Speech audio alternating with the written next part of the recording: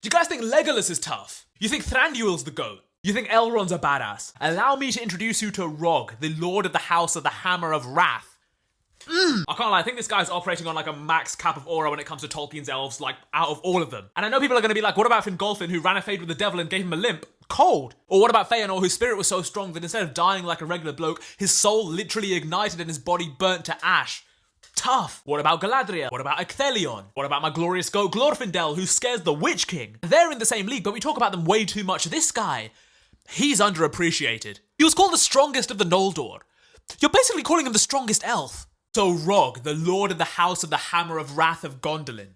What makes him so tough, except for everything that I just said? So Gondolin was the greatest elven kingdom to ever exist, and it was comprised of 12 houses, one of which was the aforementioned House of the Hammer of Wrath, led by Rog. And I feel like this house was just the most metal, like hardcore house ever. Like, these would be like an elf biker gang, but not like South Park, more like Sons of Anarchy. Like, this house literally made a point of recruiting elves who had escaped orcish slavery. Like, that's the kind of shit they're on. And then we come to the fall of Gondolin, when the Dark Lord Morgoth sent all of his troops, dragons, Balrogs, everything, to destroy this kingdom. And that is when the House of the Hammer of Wrath, and most of the other houses, went to war. And when I tell you, these guys picked up their maces and their shields and they went to work. It said that sparks came from their eyes for the fury of their rage.